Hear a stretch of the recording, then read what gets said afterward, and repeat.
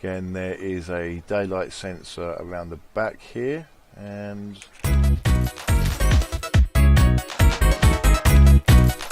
hi guys, and welcome to Minecraft. In this video I thought I would show you guys my automated iron farms, sugarcane farms, and finally my pumpkin and melon farms. Now all of these are 100% fully automated and even come with their very own Minecart collection and delivery system. Now I built these quite some time ago when the hopper update came out along with the daylight sensors. Right, let's start with the iron farms. Okay, this is the first of my 4 village farms. Now these were built some time ago, so they're a lot bigger than they need to be. Since I built these, they've reduced the amount of villages you need to produce a golem and also the amount of doors you need. Now the reason why I've segregated off into 4 sections is that if your villagers were to move all to one corner, then it basically offsets the centre of your village and your golem won't spawn in the right place. Now the idea is, if you don't know how these work, if you keep the centre of the village, the golem spawns within a certain radius of the centre of the village. Now at the moment the centre of the village is exactly where this hole is, so the golem will always spawn within this pool area, which will then flush him down the hole like so, and because he's 3 blocks high, he will then get trapped here with this lava and basically will be killed. The iron ingots will then flow down here and into these hoppers, into the chest, and then will be collected by my Minecart system, which I will show you.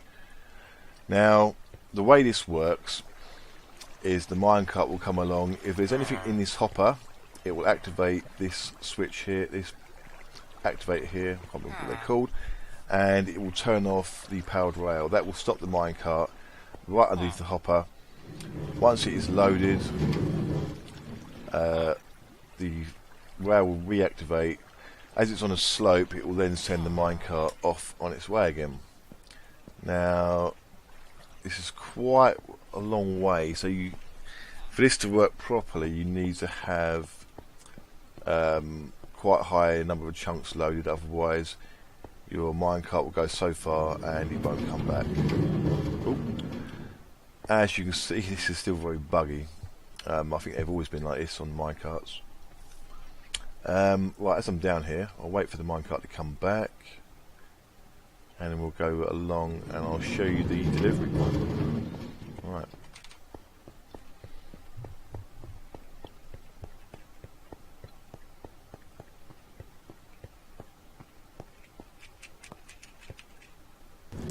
Okay guys, well this is the delivery room. Now how this works, if you've got hoppers all around here, now because the contents of the chest drops out one at a time, you have to run over these hoppers quite a few times before you actually empty the contents of the chest. Now how this is done is I have a detector rail here which will check whether there's any items in the chest. If there is, it will send a signal to the comparator which will activate this rail, turning this rail to attach this rail. Then the minecart will go round and round in circles until the point where the chest is empty. The rail will deactivate again and the minecart will be sent on its way. Now I'll give you a demonstration of that in a minute. If we move on to the sugarcane farm, I will do it there. I will put a load of items down in the hoppers and I will show you how it works. Okay, let's go. Okay, well this is the first of my factories. This is the sugarcane farm. Now I'll take you inside. Now in here is the collection point. The sugarcane will obviously come down these channels, will go into the hoppers, into the chests, and will be collected by the minecart underneath. Now since I built this, a lot has changed with redstone now. There's a new components in and new ways of doing things. So the way I built this, I expect there's probably a much more simpler way of doing this now. But anyway, let's go to the top. Right, this is where all the sugarcane grows. As you can see, you've got several pistons here. These will basically chop the tops of the sugarcane and Over here we have some pistons which will open up and will allow a water to flow across here, which washes all the sugarcane into the channels and then it takes them round to the hopper. That's basically how it works. It sounds very simple. Yeah, I'll give you a quick demonstration. If I set the time to morning, okay, set time 23,500. If we wait a couple of seconds, there we go. Now these pistons will stay open until all the sugarcane has been washed off the shelves. I've set a certain amount of delay in them. Yeah, and there you go. Now if we're quick, we'll go down to the minecart delivery point again and I can show you how that works. Now very shortly you will see the minecart come round and you'll see how it delivers all the items into the chests. It's probably been stopped to collect the sugarcane, which is quite normal. There we go. And there you have it. That's exactly how it works. Now that will keep going around now until that chest is empty. As you can see, the rail opens up and closes each time it goes across the detection point.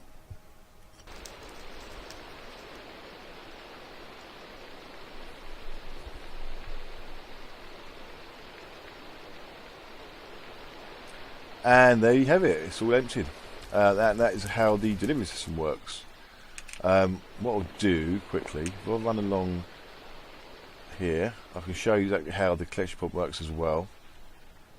It's very simple, it works exactly the same way as the... There we go. Same way as the collection point on the iron farms are. If there's any items in the chair, in the hopper, it will stop the minecart right there and then it will send it on its way. Okay, let's move on to the pumpkin farm.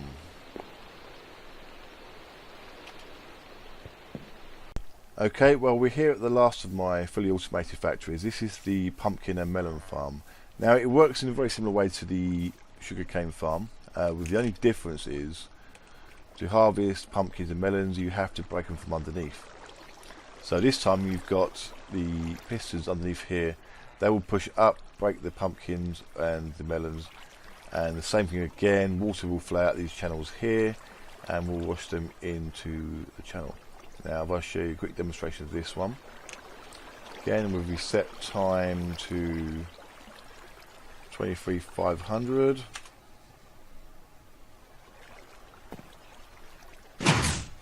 And there you go.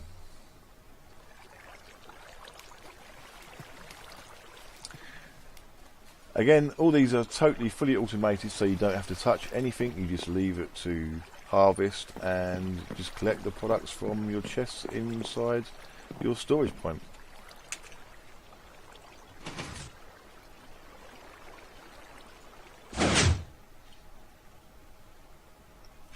And again, there is a daylight sensor around the back here, and if I break this open a minute, this is all the components inside here.